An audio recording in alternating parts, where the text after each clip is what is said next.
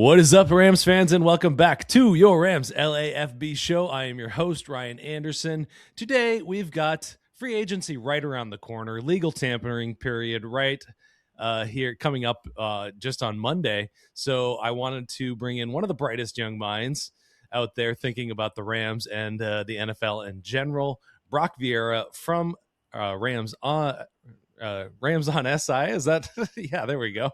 There we go. I got my head all mixed up on that one. But Brock, is there an off season for you beat writers, or is everything just always churning and crazy? Yeah, there's an off season for us. It exists in the 48 hours between the end of the season and then, of course, the weekend and into the next week. So it was a nice. Was able to enjoy sitting at SeaTac for a good 8 hours waiting for my flight after the Rams NFC Championship loss. Enjoyed a nice quick flight back, and then of course right back to work. So there's a lot that has been happening, and for good reason, man. The Rams they're gunning for 2026. Yep, they are a Super Bowl contender for sure. We are brought to you by FanDuel Sports. So just what are the odds there? They're jumped into the top odds to win the Super Bowl per FanDuel Sportsbook. Go check out all the odds over there. We've also got World Baseball Classic happening. We've got F1 happening. So there's all sorts of fun new things to bet on over there at FanDuel Sports. Are you a baseball guy? You got a baseball team you follow? Yeah, I mean, unfortunately for me, I loved baseball growing up. It was my number one sport. And then over the years, I kind of fell out of it. But definitely being out here in Los Angeles, being able to take part in the success that the Dodgers have had has definitely rejuvenated my enjoyment for the game. And I look forward to watching all the great action coming up. Oh man, such a fun team to pay attention to. They're going for a three-peat. That's going to be a lot of fun. But we've got Rams news to talk about. So we did some shows about the big trade. Trent McDuffie, now a Los Angeles Ram, sending a load of draft picks over there to Kansas City. Obviously there's all sorts of reactions about this, about what it means. But, since we're talking free agency today, Les needs talking about wanting to be aggressive in free agency so that they don't have to be desperate in the draft. So, what does this particular very aggressive move mean for free agency and just kind of the offseason plan in general? What does it change? It doesn't change much, but it cements what we already expected. We knew that the Rams were going to have to address their cornerback room in some type of way. The only question was, were they going to use the draft, were they going to use the trade market, or were they going to use free agency to go out and acquire these players? The major question for me that I had entering this period was, would the Rams want to see a repeat of last year with some of the guys that they brought in? Guys like Kobe Durant, Kam Curl, Roger McCreary, who are all expected to be free agents this upcoming week. And my basis of they was surrounded around the fact that they had Aubrey Pleasant as assistant head coach, pass game coordinator. So there's a lot of continuity there. Obviously, that's no longer the case, and you're seeing the Rams start to go in this new direction that I think is needed. To me, what this move signals is this.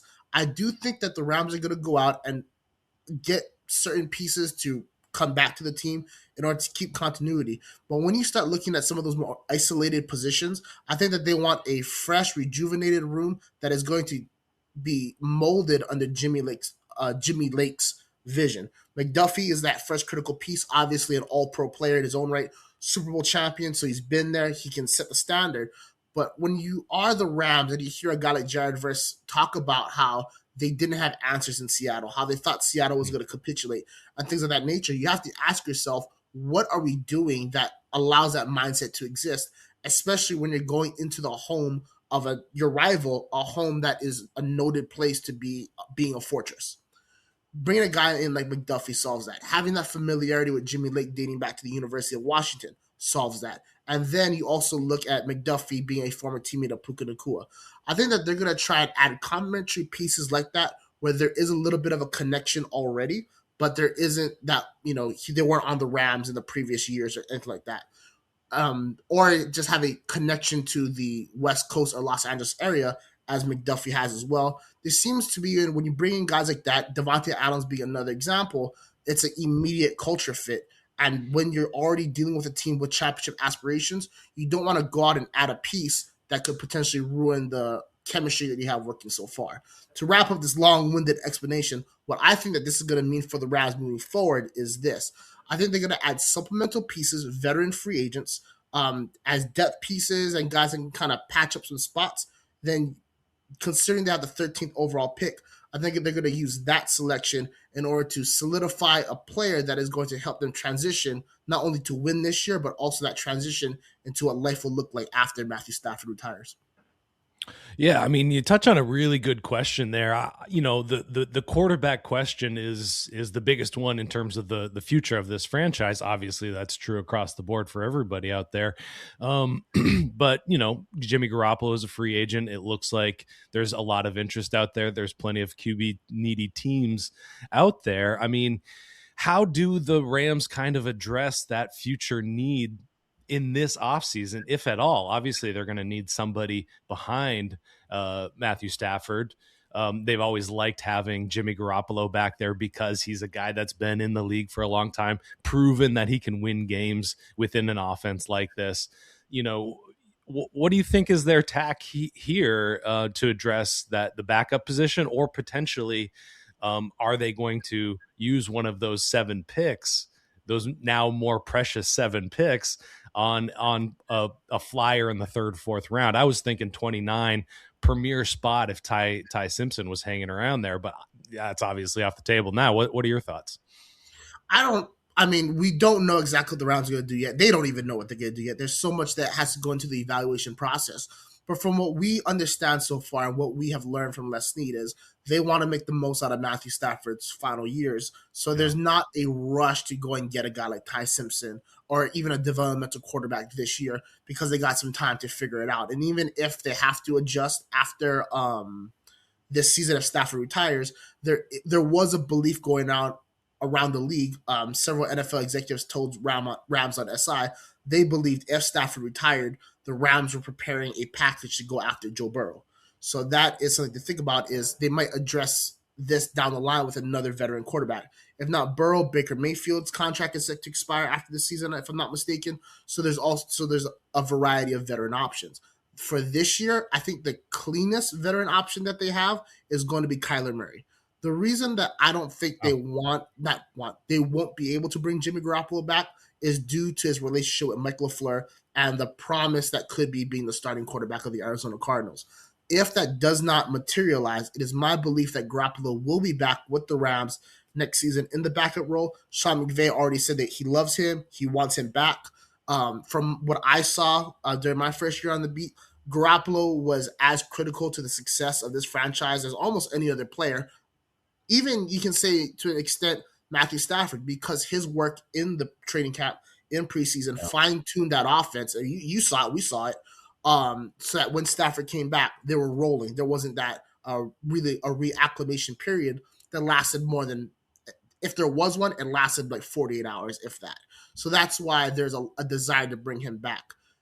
But then you also look at what Sean McVay said about Cliff Kingsbury. There's not a real defined role yet. They're still kind of working it out. It's going to be defined as they grow and get to work with one another on a day in, day out basis. But McVay is seeing him as a true second in command, a guy that can provide, veteran insight into the offense, in-game coaching decisions, the structure of the roster. When you have a guy like Kyler Murray right there, who is Cliff Kingsbury's guy, there is that question. If you're a guy like Kingsbury, let's bring in Murray. I can work with him again. And when I go out and I get my OC job or I get a head coaching job, I can take a guy like Kyler Murray with me. If you're Sean McVay, you're thinking to yourself, this guy is extremely athletic. We know what he can do considering the Rams have played him twice a year for how many years so far. And he adds that dual threat element that has been missing from the McVay offense in general. He's never really had that. That's why I think Kyler Murray makes the most sense now. However, if the Rams do not address the backup position with either of those options, I could see them perhaps throwing out a late round pick for a guy like Anthony Richardson, a long-term project with on a veteran deal, because if they're able to do that, a player like that, low risk, high reward, easy to punt if they don't work out, and you always have Stetson Bennett in the wings to be that mature backup that you need in case you need somebody to step up from that QB3 to QB2 role. Wow, no shortage of spicy takes on that one. I like that Kyler Murray idea. I got to delve into that one. I wasn't thinking about that at all. I put that on my radar for sure. Let's touch on Kam Curl a little bit because I do feel like the Trent McDuffie addition kind of changes the math in the backfield where you can play Trent inside if you want in the slot position, which frees up Quentin Lake to then become kind of a more roving safety, nickel dime player. What are your thoughts on that? Are they going hard to get Kam Curl back? Is safety still in play in terms of free agency, or is this something they're punting towards the draft? I think it's a little bit of both, but I definitely think safety is in play. When you start looking at how this draft is going to work out for the Rams, obviously they have the 13th overall pick. They have picks the second round and the third round, but then you all have to give up that some day three capital in order to go out and get McDuffie. When you look at the draft trends from last year and just in the past, they're not afraid to start using those picks that they gave up to go and make moves to trade up or trade down in the draft because they had to use them. I think they're going to be much more conservative with their usage, especially after they made the trade to go and trade up for a guy like Jarquez Hunter, and then they didn't use him at all in the season out of the backfield and very sparsely used him on special teams. Because of that, I could see them taking a flyer on a defensive back with day three with one of those picks, but they're going to add a veteran safety. I think that's what they're going to do, in my opinion, in order to have that win now and then win later mentality. When it comes to Kam Curl, I do think that there is a lot of interest from both parties. Curl's career has rebounded in Los Angeles. The Rams love him. He's a pro's pro, and he provides that consistency and stability that I talked about so that if the Rams use that 13th overall pick to go out and get a young cornerback, there's already those pieces in play to make sure that that player develops the proper way. The problem, though, is that Curl sits in this unique spot where I think he's only 27 years old. This will be his third NFL contract, and he's never had that long-term deal. When you start to break down the numbers, unless Kam Curl is willing to sacrifice money on his end, there's virtually no chance that he returns because you have to factor in what McDuffie's extension will mean long-term, and I don't think Kam Curl wants to take a deal that is under 3 years. And considering the Rams have only done 3 or more year deals, 3 or less, year deals with some of the other guys, I think there is that hesitation for both sides because I don't think Curl wants to be cut after 2 years when he's like 29 and trying to figure out, bounce around the league for the final years of his career. I think he wants to find a stable home where he can both carve out a financial path and also, just stability for his home life as well. That's why I'm kind of leaning towards Curl not returning, but there is also the possibility that maybe a guy like Bud Clark out of TCU is a name that I really like a lot, who can play that center field role. And the reason why I like him a lot is because what he allows Cam Kitchens to do. If the Rams want to invest in the future of Cam Kitchens, that is going to dictate who they get to be as complementary safety. They want a guy who wants to play that center field role in Kitchens. They're going to get a safety that can attack the box. They want Kitchens to be more towards the line of scrimmage. I think they're going to get a safety that can play more of that center field role, and that's kind of how it's all going to shape out. Again, apologize for the long-winded answer to that question.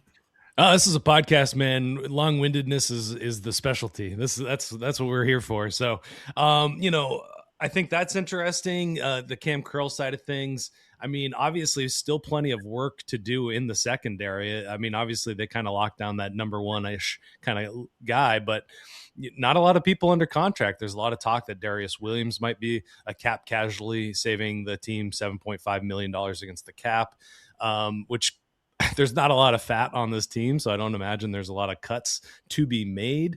But in terms of the secondary, I mean, it seems like it's got to be a both and free agency draft, just getting more bodies in there. Is there anybody in free agency that you can look at that's going to be kind of a nice complementary player in this system? I think that there's one player in particular that I'm looking at for a variety of reasons. When you look at this cornerback room, you have a talented player named Emmanuel Forbes, who, depending on this matchup, has proven himself to be an excellent cornerback. I mean, when you start looking at his battles against Jackson Smith and Jigba, you see why a guy like Emmanuel Forbes is a first-round pick. And then you go and see how he performs against a guy like A.J. Brown, and then you question the selection altogether. The Rams do not have that guy who can go out and defend against a bigger bodied wide receiver. They thought they had it in Ahkello Witherspoon. Then he got hurt, and then that became a problem that plagued the team for the rest of the season. McDuffie, we saw get torched by Brown in the Super Bowl. He's going to struggle with that as well. I'm thinking a guy like Nahshon Wright, the cornerback out of for the Chicago Bears, had a breakout season this year. He's a guy that I have looked at for a long time for a variety of reasons. 6'4", able to play on that outside. I think that his presence would line up well against one of those bigger bodied receivers. I think that his frame would allow the Rams to be able to blitz more. And truthfully, I think that the reason why Chris Shula didn't bring a lot of heat last season is because he had a feeling his guys wouldn't be able to defend in man coverage. I think when you bring in a guy like Nahshon Wright who can at least jam a guy like A.J. Brown the line of scrimmage and give your defense just that second or two to try and get home when you're sending 5, 6, 7 rushers, especially when you have speedy guys like Lake or Jalen McCullough, that is going to allow you to do some unique things. So if there's any free agent I think the Rams should hone in on, it's Wright. And there's also that West Coast connection too that helps out. Nobody does selling better than Shopify. Shopify is the home of the #1 checkout on the planet. And the not-so-secret, with Shop Pay that boosts conversions up to 50%, meaning way less carts go abandoned and way more sales going through. So if you're into growing your business, your commerce platform better be ready to sell wherever your customers are scrolling or strolling. On the web, in your store, in their feed, and everywhere in between. Businesses that sell more, sell on Shopify. Upgrade your business and get the same checkout that Skims uses. Sign up for your $1 per month trial period for 3 months at shopify.com/Westwood1, all lowercase. Go to shopify.com/Westwood1 to upgrade your selling today. Shopify.com/Westwood1. The sun's shining, birds are singing, and all feels right in the world. Until the season changes and suddenly you lose your motivation to get out of bed. In fact, 1 in 5 people experience some form of depression, no matter the season or time of year. At the American Psychiatric Association Foundation, our vision is to build a mentally healthy nation for all, because we want you to live your best life and be your best you all year round. Please visit mentallyhealthynation.org to learn more. Yeah, I mean he's definitely being rated high, and he's got a ton of size, 6'4", 199 pounds, according to The Athletic. 5 interceptions, plenty to like there for sure. Another defensive position of need, I think, is along the defensive line. Interestingly enough, I think their lack of depth really hurt them as the season and the attrition kind of caught up with them. Obviously, you mentioned Jared Verse not having a lot of answers. One of the answers should be, somebody behind them that can get after the passer behind Byron Young and Jared Verse and some of those other guys. Are there any guys in the free agency class, 1-year flyers or longer term options that are available? Yeah, I think there's 2 options in particular that I really like, and I couldn't agree with you anymore. There is a need at that position. Josiah Stewart filled in very well for being a rookie, but there was clearly an issue when it comes to when the Rams presented that pass rushing unit. They were able to get run on. When they brought out the run defense, teams are passing on them. So I think you need a player that can allow Verse to operate in a bigger role on kind of both responsibilities. And those 2 guys, to me, are Jalen Phillips and Von Miller.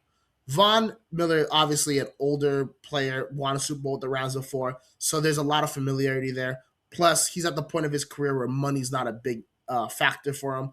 Obviously, you're getting a reduced product. You're also making up for it with a veteran mindset who's going to be in that room every day, won 2 Super Bowls, ultimate competitor, and just an ultimate force of nature. And I don't care how old Von Miller is. Having him come at you at full speed is not a nice thing to deal with. Jalen Phillips is another guy. I wrote extensively about this. I was pounding the table. I want to see Jalen Phillips back in Los Angeles. He started out his career at UCLA. That's where that comes from. The reason why is because he's a younger, promising player who has had injuries derail him when he was really hitting his peak in Miami. And then you started to see him finally start to pick himself up after last season. I think this is a player that's going to need that 1 year rebound. So there's some flexibility when it comes to that contract. He's going to come into a system where he can be a pure pass rusher. And just based off his speed and ability on the edge, I think that he could unlock a lot of things for guys like Braden Fisk and even Verse if they line up on the inside, or even Byron Young when he operates in that Michael Hoyt role. When you have a guy that can bend the corner, take off that fast, and just cause havoc and not have to have him in the game consistently, utilizing him in certain situations, that's a fresh player coming at you over and over and over again in the prime of their career. And when you have that guy, it sets up everything else for everybody else. Yeah, I love that answer. Better than, some of the old guys out there for sure, Khalil Mack and your Joey Bosa and things like that. But yeah, this team is going to have to start thinking about paying the defense at some point, and it just got more expensive with McDuffie, of course. If they add, a free agent, the Nahshon Wright, it's getting more expensive. Then you have those expiring rookie deals as well, all coming at you kind of at the same time. So having a short-term deal like that is just ideal for a guy like Phillips, I think. Just a couple last ones to touch on here. Wide receiver 2, a long-term wide receiver 2. I mean, I'm starting to think more and more Mekhi Lemon is going to be the guy at 13 if he's still available. Looking at the free agency class, I like Alec Pierce, but he's gonna take home a boatload of money. And talking about expiring rookie contracts, Puka Nacua is probably going to reset the wide receiver market this season. So, I mean, are we punting to the draft on this one? Yeah, I think you have to at this point when it comes to a long-term option, because as you mentioned, the way the finances work out, it just wouldn't make sense for the Rams to make a long-term investment at the receiver position this season. Not only do you have Puka Nacua's extension coming up, which will reset the market, especially if it comes after Jackson Smith and Jigba's extension. You also have a $28 million cap hit for Davante Adams this year, and there have been no talks yet in terms of an extension. Even if he does get extended now and you're able to move that money down the line, at some point that bill is going to come due. So you're not able to go out and get a guy like Alex Pierce. I do think that there's a possibility to go out and get a guy like Mike Evans, one of those veteran players, maybe a 2-year deal to try and round out his career. He wants to go ring chasing. So I think there's a possibility there. But the draft is where you're going to find that long-term option just based on how the money will work out. You have 4 years plus that 5th-year option. So we're talking about 6 years from this point in which they would have to hit that. The Rams would have to pay out an extension. That means Adams is off the books, Matthew Stafford is off the books, and a bunch of those bigger paid guys, plus whatever void years they might have, would also be off the books by that point too. Lemon is a great option. I think that there's a possibility the Rams could try and move up for a guy like Carnell Tate. They tried to do it last year with Emeka Ibuka and also Tetairoa McMillan, and we saw the success those two players had out in Carolina and Tampa Bay. And then you also have to wonder if a guy like Jordan Tyson out of Arizona State is going to, pique their interest. I do think, though, that there is a strong possibility the Rams could walk away from this draft with 2 receivers. To me, if Mansour Delane out of LSU, the cornerback, is not there, I think they go receiver. I think they go Lemon because Southern California, Blitnikoff winner, fits their offense perfectly. And he can be that third option that the Rams were missing last year. I thought Konate Montfield was going to be that player. Didn't develop in the way that I thought that he would. The Rams also didn't utilize him in the way that I thought that they would, which also probably impacted his ability to produce. Lemon, he can play a variety of positions, especially dangerous from the inside, able to break away from defenders with no problem. And when you're looking at those third down situations, when you have teams covering Puka Nacua heavy, when you got teams that are lining up in position to take away Davante Adams' common route patterns based on the formation, Lemon is a guy that can make it happen both on script and off script, which is a perfect piece for the offense. The problem is, though, is that Lemon is just one answer to the solution. The other question is, who do you bring in to replace Tutu Atwell? Because I think we all doubt the Rams are going to shell out another $10 million to keep him after what we saw last year. You could say Xavier Smith could go into that role, which is a possibility. But there's a receiver at Mississippi State. I think his name is Brennan Thompson, if I'm not mistaken. Yep. Massive questions about his skills. His speed is undoubted. When you have a player like that who you can just place on the field, and you're going to ensure that he spreads the defense both vertically and horizontally for all of you guys to eat underneath. Nakua, Adams, Colby Parkinson. I think you're going to see much more Terrence Ferguson this year. I think they're going to go out and maybe take a flyer on a player of that caliber, that speed as well, in order to, again, assist everybody else in that offense. Yeah, Brennan Thompson, 4.26, so he's top 10 all time, in the 40-yard dash there at the combine. 5'9", about 165 pounds, so a little bit bigger than Tutu Atwell, which is good, probably a good thing.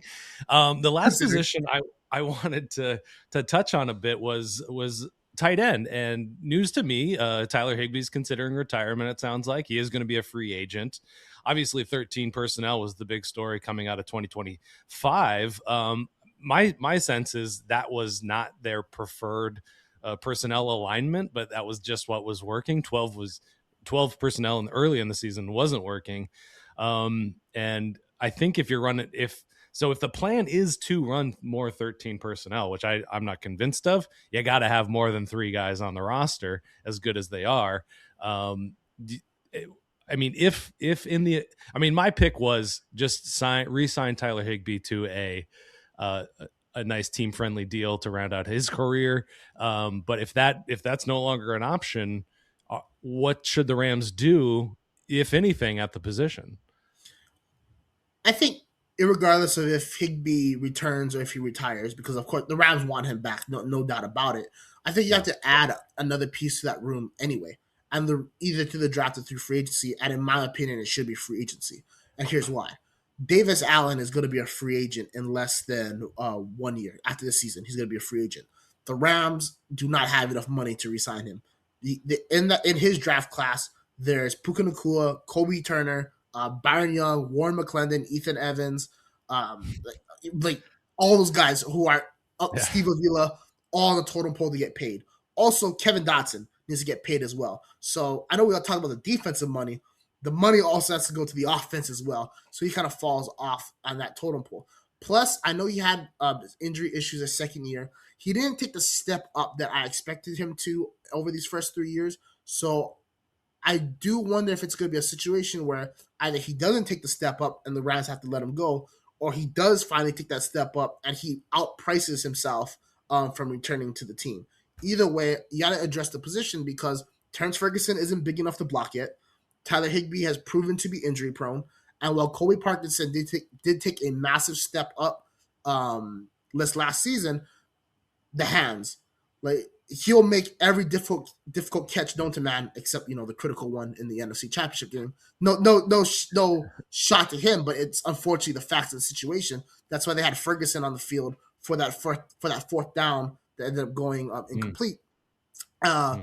And then also, you just can't have a guy that drops open passes in the way that he does and expect to have long-term sustained success.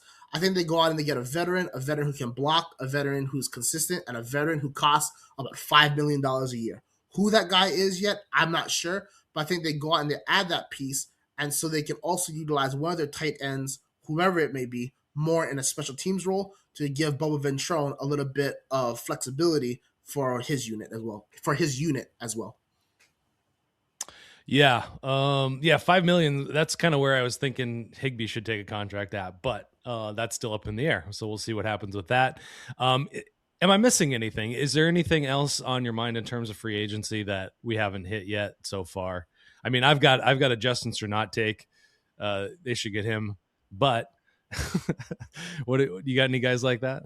Well, it's so funny you mentioned that because I was going to say the only position that to me there's a glaring issue with is off-ball linebacker. Obviously, Omar Speights is talented and he's great in run defense, but there wasn't that step up in his game this year that we're kind of hoping for based off how much he shined as a rookie linebacker or undrafted rookie linebacker to even give him more credit. Nate Landman, excellent early, But for some reason, as the season went on, he kind of lost that luster, especially after his contract extension. I don't think it was the contract that did it, because he's way too much of a pro's pro to just get paid and then stop carrying. I think it was more teams adjusted, and the Rams did not adjust properly. And Lyman had to put himself in positions that were not advantageous for him in the benefit of the rest of the unit. That's why I think you go out and you get a linebacker, a coverage linebacker, or even a blitzing linebacker who can do a variety of things, help out with the pass rush, drop into coverage and assist a little bit better, and perhaps fill in at being that sole linebacker when the Rams bring out their dime looks, as you expect them to, perhaps as another blitzer. So you have a 5-man rush, you have 6 defensive backs in coverage, and you let Chris Shula control the pen. At least that's where my mindset kind of goes to. There's 2 guys in particular that I have on my list of guys that I would like to see be a part of the Rams. Strenard is phenomenal. I just think he costs a little bit too much.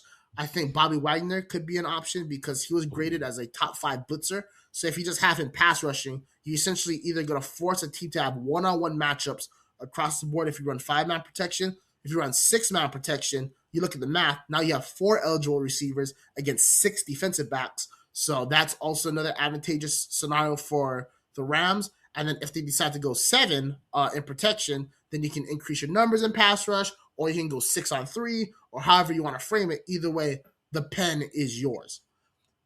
Bobby Wagner does that, and then Nakobe Dean from the Philadelphia Eagles provides that as well. Dean, I think he needs a year to prove himself, to prove that he isn't an injury-prone player anymore, even though I'm pretty sure he's going to be an injury-prone player for the rest of his life just because of his frame. But his ability to blitz and his speed is remarkable. And when I think about how Chris Shula likes to stack the line of scrimmage with defenders, dropping guys, sending guys, and mixing it up with these pre-snap looks compared to the post-snap actions, a guy like Dean is that perfect tweener to be able to fit between being a defensive back and a linebacker that can blend in and do a variety of things that gives quarterbacks issues, especially in the mental side of the game, and then eventually on the physical side when he's putting you on your backside.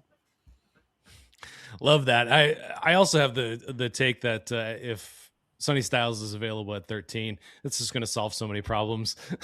Yeah. I mean, I try not to buy into combine hype because I have been in mock drafts and, all this other stuff. I've been burned in the past. But when you look at Sonny Styles' film and then you saw the show that he put on in Indianapolis, first of all the Ohio State guys, but him in particular, you just have to start salivating at some of the concepts the Rams can draw up. And you also have to wonder, could he be that guy to take the Michael Hoyt role, to the next level, being that half coverage, half pass rusher, half I just do it all kind of player. It would be very intriguing. And from a cultural fit, he's perfect. And Michael Hunter, Rams assistant, he worked with him at Ohio State last year. So familiarity all across the board. That's right. Absolutely. Yeah, I had something else to say on that, but I forgot what I was going to say. So we'll just wrap it up on that note. Go check out Brock Vieira's stuff over at Rams on SI and check out his he is at Brock Vieira. That's right. Yes, sir. With 2 R's. So yeah, he has become an essential follow for any Rams fan. So definitely add him there and check out his work. He's doing great, phenomenal stuff. Really innovative, really forward thinking journalism. So I appreciate him and always happy to have him on. FanDuel, Rams LFB brought to you by FanDuel. So go check out what's going on over there. As always, thank you guys for tuning in. That's all we've got. Until next time, we'll see you soon.